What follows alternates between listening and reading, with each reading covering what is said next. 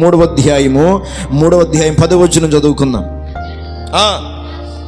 నా కుమారి, యెహోవా చేత నీవు దీవెన నొందిన దానవు. కొద్దివారినే గాని గొప్పవారినే గాని యవనస్తులను నీవు వెంబడింపక ఉండుట వలన నీ మునుపటి సత్ప్రవర్తన కంటే నీ వెనకటి సత్ప్రవర్తన మరి ఎక్కువయింది. స్తోత్రం చెప్పండి, హల్లెలూయా.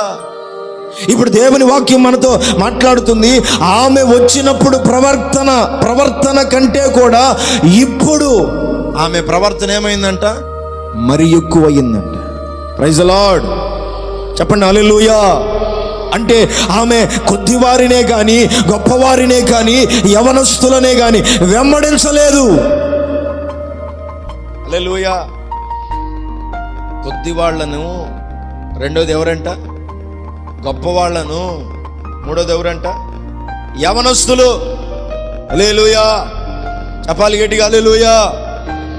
ఇక్కడ కూడా చాలా మంది యవనస్తులు ఉన్నారు. ఎవరిని వెంబడించలేదంట రూతు? చెప్పండి, ఎవరిని వెంబడించలేదు? యవనస్తులను చెప్పండి, ఏం చేయలేదు? వెంబడించలేదు.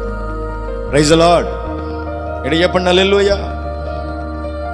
యవనస్తులను చెప్పండి, ఏం చేయలేదంట? వెంబడించలేదు. గొప్ప వాళ్ళను ఏం చేయలేదు? వెంబడించలేదు. తర్వాత రాయబడింది,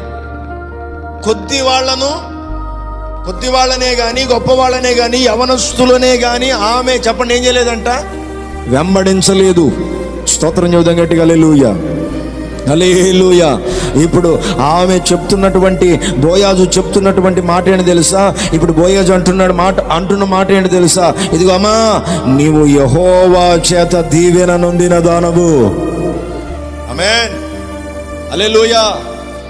ఇప్పుడు చూడండి, దేవుడు ఆమె ఎడల ఎంత దయ చూపెట్టాడో చూడండి. వచ్చినప్పుడు ఆమె పరిస్థితి వేరు. హేళనకరంగా, అవమానకరంగా, నీచమైన దానిగా ఇదిగో చిత్రీకరించి ఆమెను అసహించుకుంటూ, ఆమె గురించి చెడ్డగా మాట్లాడుకుంటూ, ఆమె గురించి చెడ్డ సమాచారము చేస్తూ, రకరకాలుగా ఆమెను వేధిస్తూ, గాయపరుస్తూ, బాధపరుస్తున్న వేళ ఆమె ఎవరిని వెంబడించలేదంట. స్తోత్రం చెప్పండి, హల్లెలూయా. ఆమె రోడ్డు మీద వెళ్తా ఉంటేనంట, స్తోత్రం చూద్దాం, హల్లెలూయా, రకరకాలుగా ఆమెను గురించి మాట్లాడుకుంటున్నారంట. ఎవరు?